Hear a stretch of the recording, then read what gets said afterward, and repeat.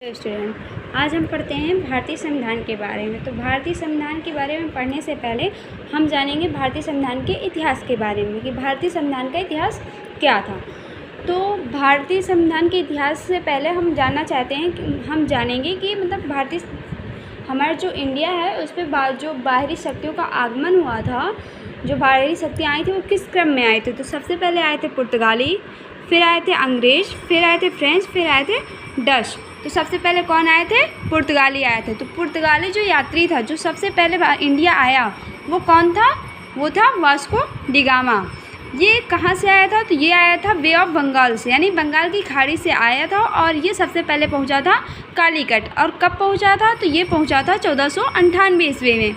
1498 ईस्वी पे ये कालीकट पहुँचा था और इसके जस्ट 10 साल बाद, मतलब 12 साल बाद इन्होंने बीजापुर पर भी अधिकार स्थापित कर लिया था।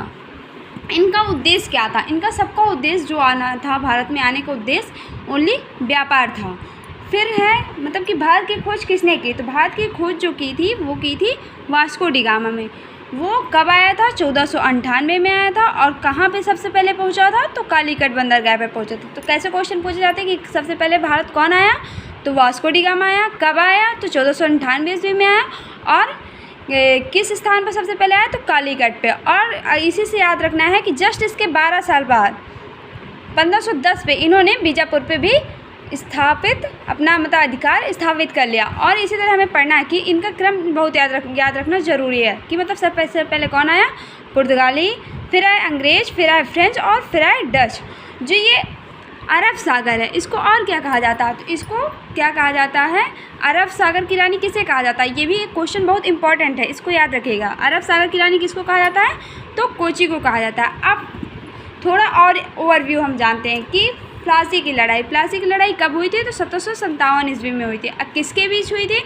तो प्लासी की जो लड़ाई हुई थी वो हुई थी बंगाल के नवाब और अंग्रेज़ों के बीच हुई थी। तो बंगाल का नवाब उस टाइम पे कौन था? तो बंगाल का जो नवाब था उस टाइम पे था सिराजुद्दौला। और अंग्रेज़ी सेना को कौन लीड कर रहा था? तो अंग्रेज़ी सेना को लीड कर रहा था लॉर्ड क्लाइव। अगर फिर से पूछा जाए तो प्लासी का युद्ध कब हुआ? तो 1757। किसके बीच? बंगाल के नवाब सिराजुद्दौला अंग्रेज़ों के बीच। अंग्रेज़ों को कौन लीड कर रहा था? लॉर्ड क्लाइव लीड कर रहा था। और इस युद्ध को छद्म युद्ध की संज्ञा भी दी गई थी। आज हम इतना ही पढ़ते हैं। अगर आपको अच्छा लगे तो कमेंट करके ज़रूर बताइएगा। फिर हम मिलते हैं नेक्स्ट वीडियो में।